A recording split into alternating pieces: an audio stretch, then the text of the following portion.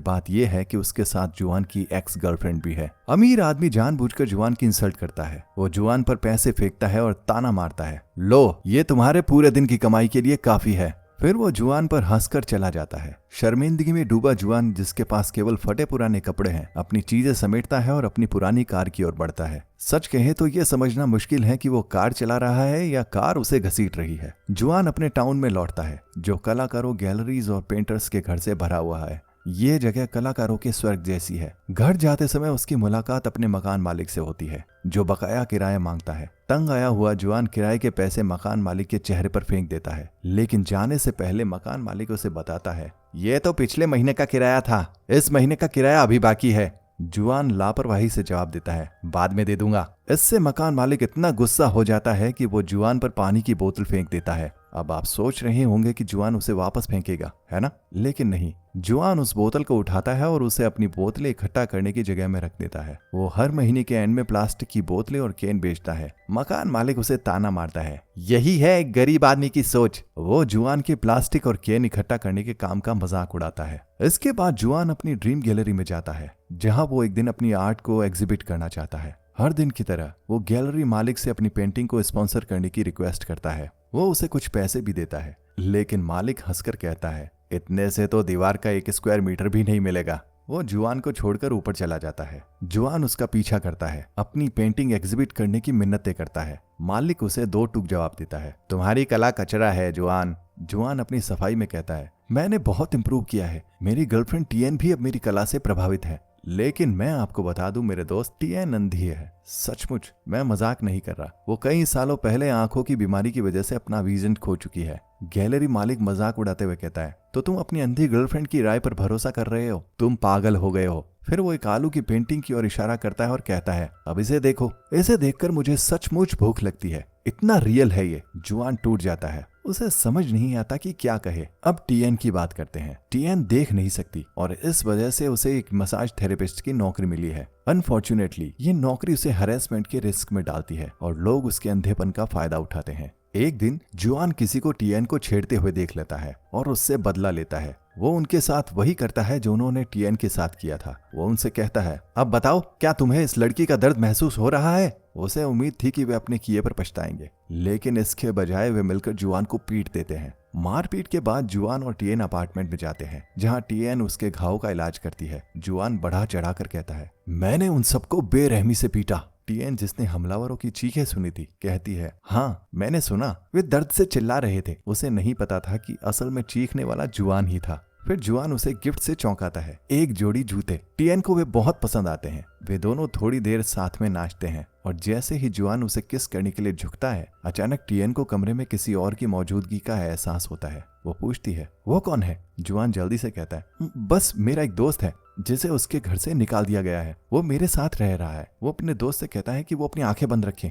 लेकिन TN uncomfortable हो जाती है और वहां से चली जाती है। बाद में जुआन और उसका दोस्त छत पर शराब पीने जाते हैं। वो दोनों इतनी शराब पीते हैं कि बेहोश हो जाते हैं। अचानक उनके ऊपर एक स्पेसशिप आता है। जुआन चौंक कर जागता है और अपने दोस्त को जगाने की कोशिश करता है, लेकिन वो पूरी तरह नशे में चूर है। स्पेसशिप उनके टाउन के ठीक ऊपर मंडराता है। जुआन देखता है कि एक लड़की शिप से बाहर रही है और जो किसी कार्टून किरदार जैसी दिख रही है। वो लड़की 2 दूसरे एलियन की ओर इशारा करती है, जो उसके साथ उतरते हैं। ऐसा लगता है कि वो इस जगह पर पेंटिंग बनाने आए हैं। जुआन उनकी फोटो लेने की कोशिश करता है, लेकिन बेवकूफ भूल जाता है कि उसकी फ्लैश ऑन है। एलियंस उसे देख लेते हैं और पलक झपकते ही अपने शिप के साथ गायब हो जाते हैं। लेकिन जुआन देखता है कि उन्होंने कुछ गिरा दिया है। जब वो देखने जाता है तो उसे वहां एक पेन मिलता है। क्योंकि वो एक आर्टिस्ट है, तो वो पेन को रख लेता है और सोने चला जाता है। अगली सुबह वो जागता है, उसे सब कुछ याद आता है। उसका दोस्त उसे देखकर मजाक करता है, क्या तुम मर गए हो या बस सो रहे हो? जुआन उसे छत पर हुई सारी घटना बताने लगता है। हैरानी की बात है कि उसका दोस्त कहानी को खुद उसे सुनाने लगता है। जुआन हैरान हो जाता है, सोचता है कि शायद उसके दोस्त ने भी ये सब देख लिया था, लेकिन दोस्त बताता है कि जुआन नींद में सारी बातें बड़बड़ा रहा था। पता चलता है कि सोने से पहले जुआन ने उन 3 एलियंस की पेंटिंग बना ली थी। जुआन उम्मीद छोड़ देता है कि उसका दोस्त उस पर यकीन करेगा। वो सड़क पर लोगों की पेंटिंग,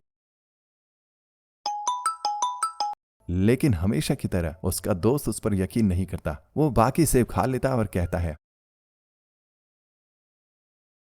ढूंढता है लेकिन उसे सही कलर नहीं मिलता। तभी उसे रात में मिला एलियन पेन दिखता है। वो उस पेन से अपनी पेंटिंग पूरी करने का फैसला करता है। पहले वो उसे एक अलग कागज पर आजमाता है और अचानक वो पेंटिंग जो उसने बनाई थी वो रियल हो जाती है। तो वो हैरान रह जाता है और ये कंफर्म करने के लिए वो एक सेब बनाता है और वो भी रियल हो जाती है। खुशी से उछलता हुआ वो सेब खा लेता है और ये डेफिनेटली असली है। एक्साइटेड होकर वो सेब अपनी जेब में डालता है और अपने दोस्त के पास दौड़ता है। वो उसे सेब का बचा हुआ हिस्सा दिखाता है और बताता है कि ये उसने कागज पर बनाया और ये रियल हो गया। लेकिन हमेशा की तरह उसका दोस्त उस पर यकीन नहीं करता। वो बाकी सेब खा लेता और कहता है, क्या बकवास बात कर रहे हो, अस्पताल जाकर चेकअप कराओ। इसे प्रूव करने के लिए जुआन अपने दोस्त के कहने पर एक सोने की ईंट बनाता है। लेकिन हैरानी की बात है, पेंटिंग तुरंत सच नहीं होती। उसका दोस्त मजाक उड़ाता है और कागज को खिड़की से बाहर फेंक देता है। अचानक वो एक बूढ़े आदमी की दर्द भरी चीख सुनते हैं। कागज उसके सिर पर लगा था। बूढ़ा उन्हें डांटता है कि वे खिड़की से ईंट क्यों फेंक रहे हैं। लेकिन फिर वो जमीन पर पड़ी सोने की ईंट देखता है और उसे अपनी जेब में डालकर ऐसे चला जाता है जैसे कुछ हुआ ही ना हो।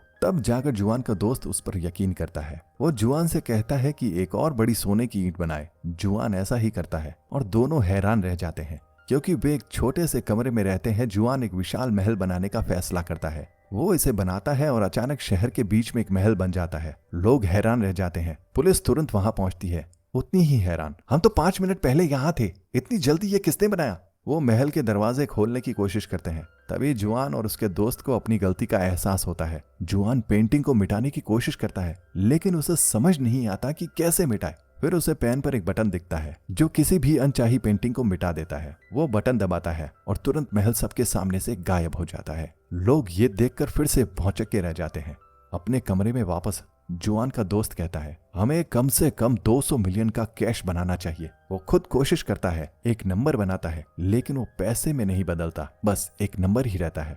जुआन पेन लेता है और कुशलता से कैश का ढेर बनाता है। कुछ ही सेकंड्स में कमरा इतने पैसों से भर जाता है कि वो पूरी तरह ढक जाते हैं। बाद में बिल्डिंग का मालिक आता है और कलाकारों को बाहर कचरा छोड़ने के लिए डांटता है। एक लड़की जवाब देने की कोशिश करती है लेकिन मालिक उसे ताना मारता है, तुम एक लड़के के साथ आती हो, दूसरे के साथ चली जाती हो। फिर वो जुआन को भी आवाज देता है लेकिन अचानक जुआन और उसका दोस्त जोकर जैसे कपड़ों में नजर आते हैं जो उन्हें लगता है कि ये कपड़े अमीर लोग पहनते हैं। वे पूरे टाउन के सामने दिखावा करते हैं। जुआन ढेर सारे पैसे निकालता है और मकान मालिक से कहता है, ये लो अगले 100 साल का किराया। मकान मालिक हैरान रह जाता है। उसे समझ नहीं आता कि जुआन को इतना पैसा कहाँ से मिला।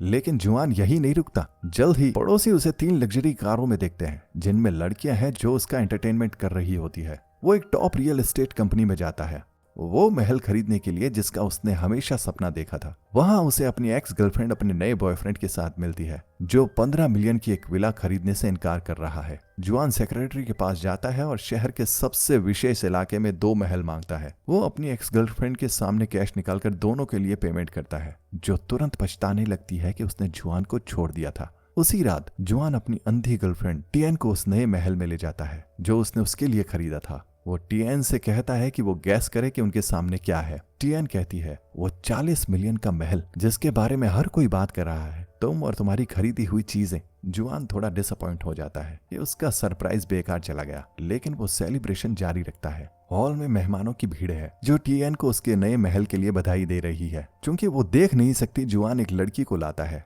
जिसका काम टियन को सब कुछ एक्सप्लेन करना है, झूमर से लेकर पूरे महल की खूबसूरती तक। वो सभी मेहमानों के सामने टियन को प्रपोज करता है लेकिन टियन इनकार कर देती है और वहां से चली जाती है। जुआन उसका पीछा करता है और पूछता है कि क्या वो उससे प्यार नहीं करती। टियन कहती है कि वो उससे प्यार करती है। जुआन पूछता है, अगर तुम मुझसे प्यार करती हो तो तुमने मुझे सबके सामने ठुकराकर शर्मिंदगी क्यों दी। वो जवाब देती है कि उसने ऐसा जुआन के भले के लिए किया, क्योंकि अगर वो शादी कर लेते तो वो पूरी जिंदगी शर्मिंदगी महसूस करता, क्योंकि वो अंधी है और वो अमीर है, वो किसी भी लड़की को चुन सकता है। जुआन कहता है कि वो अमीर नहीं है, उसकी सारी दौलत उसकी आर्ट से आई है। टियन को तब एहसास होता है कि वो अपनी पेंटिंग्स बेचकर मशहूर हो गया है। फिर जुआन उसे एलियंस के जादुई पेन की कहानी बताता है। जब टियन जादुई पेन के बारे में सुनती है तो वो जुआन से कहती है कि वो उसके लिए आंखें बनाए और उन्हें रियल कर दे। जुआन को ये थॉट पसंद आता है और वो एक खूबसूरत लड़की जैसी आंखें बनाने लगता है। वो वेट करते हैं कि आंखें पेंटिंग से निकलकर टियन की आंखों में लग जाएं, लेकिन इसके बजाय आंखें मंगफा के कंधे पर आ जाती है और ये बहुत भयानक है। वे जल्दी से आंखों को मिटा देते हैं जैसे उसने पहले महल गायब किया था। फिर वो सोचते हैं, अगर हम पूरा चेहरा बनाए तो क्या चेहरा भी रियल होगा या ये भी उतना ही भयानक हो सकता है। इसलिए वे टियन का पूरा शरीर बनाने का फैसला करते हैं और उसके चेहरे पर आंखें बनाते हैं ताकि वे ठीक वहीं लगे जहां उन्हें होना चाहिए। पेंटिंग को पूरा होने में 5 घंटे लगते हैं। जब ये पूरी होती है, टियन अपनी आंखें वापस आने का बेसब्री से इंतजार करती है, लेकिन कुछ नहीं होता। उसे लगता है कि वे सब उसके साथ मजाक कर रहे हैं, इसलिए वो घर से चली जाती है।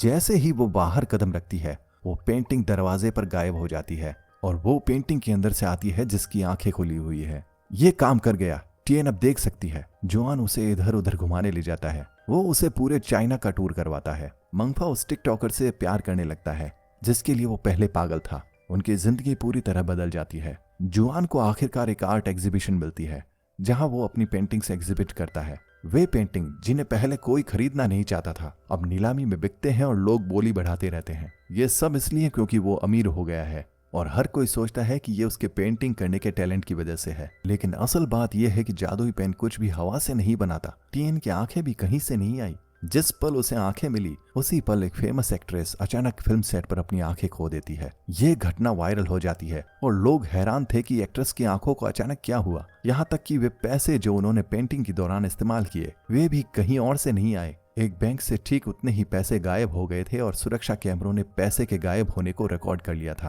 पुलिस इस मिस्ट्री को समझने की कोशिश में पागल हो रही थी। ली चोंगी भी जुआन की अमीरी से जलने लगता है और ये पता लगाने की कोशिश करता है कि जुआन इतना अमीर कैसे हो गया।